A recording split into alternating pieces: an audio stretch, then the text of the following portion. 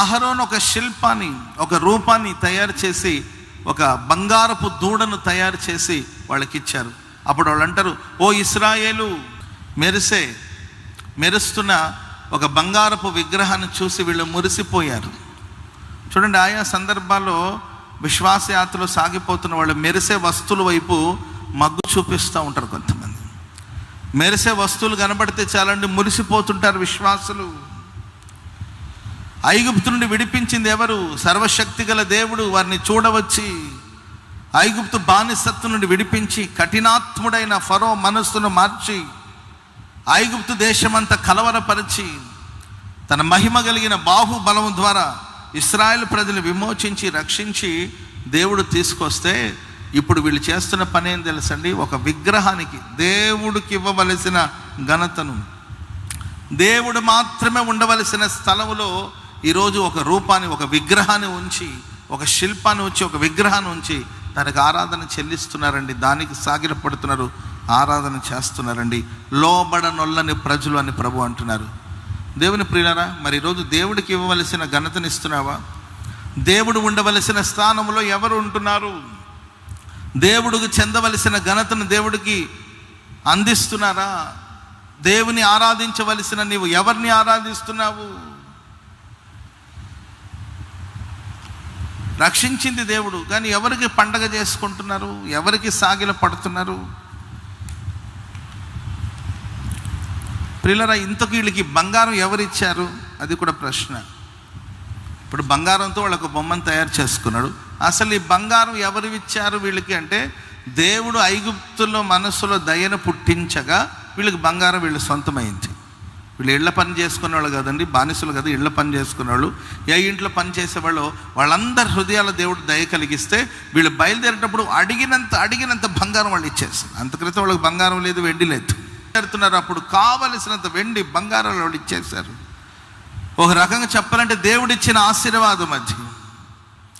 ఆశీర్వదించిన దేవుడిని విడిచిపెట్టి ఆశీర్వాదాన్ని పట్టుకుంటున్నారు కొంతమంది.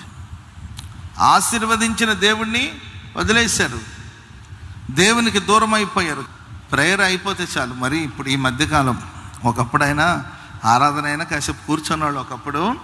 ఇప్పుడు నేను చూస్తున్నాను సండేస్ ప్రేయర్ అయిపోయి ఒక 5-10 మినిట్స్లో మందిరం అంతా ఫుల్ ఖాళీ, ఒక్కరు కనపడలేదు. ఎంత తొందరగా డిస్పాచ్ అవుతున్నారు, ఎంత తొందరగా వెళ్ళిపోతున్నారు బయటకంటే అంత తొందరగా. ఎందుకంటే భయం, ఏ గోడ మీద కోవిడ్ ఉందో తెలీదు, ఏ బండ మీద, ఏ టైల్ మీద కరోనా వైరస్ ఉందో తెలియదు. కాబట్టి ప్రేయర్ అయిపోగానే అంటే ఎవరో తరుముకుంటున్నట్టు వేగంగా వెళ్ళిపోతున్నారు. దేవునిలోనికి మనం వచ్చేటప్పుడు నిదానంగా వచ్చి ఉంటాం, కానీ దేవుని నుండి తొలగిపోయేటప్పుడు ఈ లోబడనొల్లని ప్రజలు, ఇశ్రాయేలు ప్రజలు ఇంత త్వరగా దేవుడు నిర్ణయించిన ఆ త్రోవ నుండి తొలగిపోతారని దేవుడు కూడా అనుకోలేదండి. మోషే రావడం కొంచెం ఆలస్యమైంది. వడివడిగా వేగంగా ఒక విగ్రహాన్ని చేసుకొని దాన్ని ఆరాధన చేయడానికి, ఆ మెరుస్తున్న విగ్రహాన్ని తగ మెరుస్తుందండి. ఆ బంగారంతో చేయబడిన ఆ విగ్రహం దానికి సాగిలపడడానికి, ఆరాధించడానికి సిద్ధపడిపోయి పండుగ వాతావరణాన్ని కల్పించుకొని తింటూ తాగుతూ ఆడుతూ పాడుతూ ఇలాంటి ఒక దుర్మార్గమైన కార్యక్రమాలు చేస్తుంటే దేవుడు అంటాడు, ఇశ్రాయేలు ప్రజలు ఇంత త్వరగా తొలగిపోతారని నేను అనుకోలేదు. తొలగిపోయారు. ఆశీర్వదించిన దేవుణ్ణి విడిచిపెట్టి ఆశీర్వాదాన్ని ఈరోజు పట్టుకుంటున్నారు. ఎగ్జాంపుల్ అండి, ఒక తల్లికి చాలా కాలం ఇల్లు లేదు, ప్రార్థన చేస్తూ ఉండేది. ప్రార్థన చేయండి అయ్యా, దేవుడు ఇల్లు ఇచ్చేటట్లుగా ప్రార్థన చేయండి అంటే గవర్నమెంట్ వాళ్ళు ఇల్లు శాంక్షన్ అయిందండి. దేవుని దయవల్ల ఒక మంచి ఇల్లు, పేదరాలకు ఒక మంచి ఇల్లు ఇచ్చారు. ఇల్లు ఇచ్చిన తర్వాత ఆ తల్లి ప్రార్థనకు రావట్లే. ఏమా మొన్నటిదాకా ఈ దేవుడు ప్రార్థన చేయండి, దేవుడు ఇల్లు ఇవ్వాలని దేవుడు ఇల్లు ఇచ్చాడు, ప్రార్థనకి ఎందుకు రావట్లేదంటే, అయ్యా తలుపులు సరిగా లేదయ్యా, తలుపులు గడి సరిగా పట్టట్లేదు తాళాలు వేయడానికి, మరి తలుపు వేయకుండా వస్తే మళ్ళీ ఇబ్బంది అవుతుంది కదా, అందుకే నేను ఇంటి దగ్గర కాపలా కూర్చున్నాను. ఇల్లు ఇచ్చింది ఎవరు?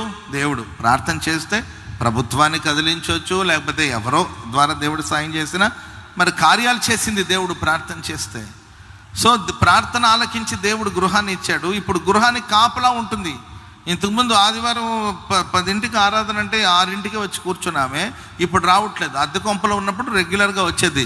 ఇప్పుడు సొంత ఇల్లు కదండి, తలుపులు గడి సరిగి పడట్లేదండి. సరే గడి పడకపోతే గడి చేసి సరి చేసుకోవచ్చు కదా. నేను అన్నాను, అయినా గడి వేస్తే ఏమైంది, వేయకపోతే ఏమైందిలేమ్మా, అయినా కొంపలో ఏముంటుంది చెప్ప, ఆ ఇంట్లో ఏముందిలే, పెద్ద ఆస్తిపర్రాలు కాదు కదా, నీ సంగతి నాకు తెలుసు కదా, పెద్ద ఆదాయం ఏమి లేదు కదా, విధవరాల ఫంక్షన్ మీద బతుకడమే కదా నువ్వు, పెద్ద ఆస్తి ఏముంటుంది, పెద్ద వస్తువులు ఏముంటాయమ్మా, 2 పళ్ళాలు గిన్నెలు అవే కదమ్మా, మట్టి కుండలే కదా ఉండేది అని అంటే, ఇంటి కాగితాలు ఉన్నాయా బీరోలో, ఇంటి కాగితాలకి ఏంటండి ఆమె కనిపెట్టుకొని ఉంటుంది. ఆశీర్వదించిన దేవుణ్ణి విడిచిపెట్టి ఆశీర్వాదం పట్టుకునేది. ఇంకా చెప్పుకుంటూ వెళ్తే ఇలాంటివి చాలా ఉంటాయి. సంతానం లేదని ప్రార్థన చేస్తారు. సంతాన భాగ్యం కోసం సంఘమంతా ప్రార్థన చేస్తే దేవుడు గర్భఫలం ఇచ్చాడు. గర్భఫలం ఇచ్చిన తర్వాత వీళ్ళు ప్రార్థనకు రావడం మానేస్తారు. ఏమా ఎందుకు రావట్లేదు చర్చి కంటే, పిల్లలు గోల్ చేస్తారయ్యా, రోత చేస్తాడు, మందిరాన్ని తీసుకొస్తే రోత చేస్తాడు, పొద్దాక ఏంటండి పొద్దాక రోత చేస్తుంటాడు, మరి చర్చిలో కంపు అవుతుందని నేను అందుకే చర్చికి రావడం మానేస్తాను. దేవుడు ఆశీర్వదించిన ఆశీర్వాదపు సంతానమే పిల్లలు. పిల్లల్ని ఆరాధిస్తున్నారు, దేవుణ్ణి వదిలేస్తారు. పిల్లల గురించిన భజన ఎక్కువైపోయింది. నా పిల్లలు పిల్లలకి ఫుడ్ పెట్టాను, వాళ్ళని శుభ్రం చేశాను, స్నానం చేశాను, పౌడర్ కొట్టాను, కాటికి రాశాను, పిలకలు వేసాను. ఏంటండి ఈ పిల్లల ఆరాధన. పిల్లల్ని ప్రేమించొద్దని కాదు నేను చెప్పేది, పిల్లలకి ఇచ్చిన ప్రాధాన్యత దేవుడికి ఇవ్వట్లేదు. దేవుడు ఉండవలసిన స్థానం, ఒకప్పుడు నీ లైఫ్లో దేవుడున్న స్థానం అది. ఆ స్థానంలోనికి ఇప్పుడు ఇల్లు తీసుకొచ్చి పెట్టావు, ఆ స్థానంలోనికి ఈరోజు పిల్లల్ని తీసుకొచ్చి పెట్టావు. ఇంకా చెప్పాలంటే ప్రియులారా, చాలా కాలం పెళ్లి కాల, దాదాపు 37 years అమ్మాయికి, 37 సంవత్సరాలు ఇంక పెళ్ళి అవుతుందని నమ్మకం కూడా లేదు. అంటే ఏజ్ బాగా అయిపోయింది. కారణాలు ఏదో, పెద్ద చదువు కూడా లేదు కానండి, సరే మంచి సంబంధం రాకపోవడం, ఏదో మొత్తం ఇదిగో అనేసరికి 37-38 years వచ్చేసింది, పెళ్ళి కావట్లా. సో సంఘమంతా ఈ ప్రేయర్ టీం వాళ్ళందరూ ఉంటారు కదండి, పాపం అమ్మాయి లైఫ్ పాడైపోతుంది, ప్రార్థన చేద్దామని ఉపవాసం ఉండి ప్రార్థన చేసి, ప్రేయర్ బ్యాండ్ వాళ్ళందరూ ప్రేయర్ చేసి ఆ తర్వాత సరే ఆయనకి 40+ ఉంది. ఆయన మరి ఎందుకు నిదానంగా వివాహం చేసుకున్నట్టు తెలీదు, కొంచెం ఆలస్యమైంది. ఆయన కూడా 43 అట్లా సంథింగ్ ఏదో ఉంటుందండి. సరే ఈమె ఏజ్కి ఆయన ఏజ్కి సెట్ అయింది, మొత్తం మీద వివాహం జరిగింది. వివాహం అయిన తర్వాత అంతకుముందేమో ప్రేయర్ బ్యాండ్ అని, ప్రేయర్ సెల్స్ అని, ఏంటంటే స్పెషల్ ప్రేయర్స్ అని, ఎప్పుడు ప్రార్థనకు వచ్చే మనిషి ఇప్పుడు ఆదివారం కూడా ప్రార్థనకు రాకుండా ఉంటుంది. ఏమా ఎందుకు మా చర్చికి రావట్లేదంటే, మా ఆయన ఆదివారం అయితేనే ఇంట్లో ఉంటాడు, ఆ రోజే ఆయన చేపలు తెస్తాడు, ఆ రోజే ఆయన కోడి కూర తెస్తాడు, మరి చేపల పులుసు పెట్టాలిగా, నాటుకోడి కూర పులుసు పెట్టాలిగా మా ఆయన. కానీ ఇప్పుడు భర్త దేవుడు అయిపోయాడు, ఇక 24 గంటలు ఆయన భజనే సరిపోతుందండి. లేక పెళ్ళేది కదండి పాపం. సరే ఆమె ఆలోచన ఆమెకు అనుకోండి. అంటే నేను ఏమంటానంటే ప్రియులారా, ఓకే మంచిది, భర్తను చూసుకోవడం తప్ప నేను అనట్లా. దేవుడు ఆశీర్వదించి నీకు భర్తను ప్రసాదించాడు. కానీ నువ్వు ఆశీర్వాదం పట్టుకుని దేవుని విడిచిపెట్టడం ఎంతవరకు సబబు? ఈ లోబడని వాళ్ళని ప్రజలు, ఆ బంగారం ఇచ్చింది దేవుడు, ఆభరణాన్ని ఇచ్చింది దేవుడు, ఆ బంగారం ఇచ్చింది దేవుడు, బంగారంతో విగ్రహం చేసుకుని దాన్ని ఆరాధించారు. కానీ ఆ బంగారం ఇచ్చిన దేవుడిని విడిచిపెట్టేశారండి. అట్లా చెప్పుకుంటూ వెళితే ఉద్యోగాలు కానీ, వ్యాపారాలు కానీ, అన్ని విషయాలు చాలామంది దేవునికి దూరం అయిపోతున్నారు.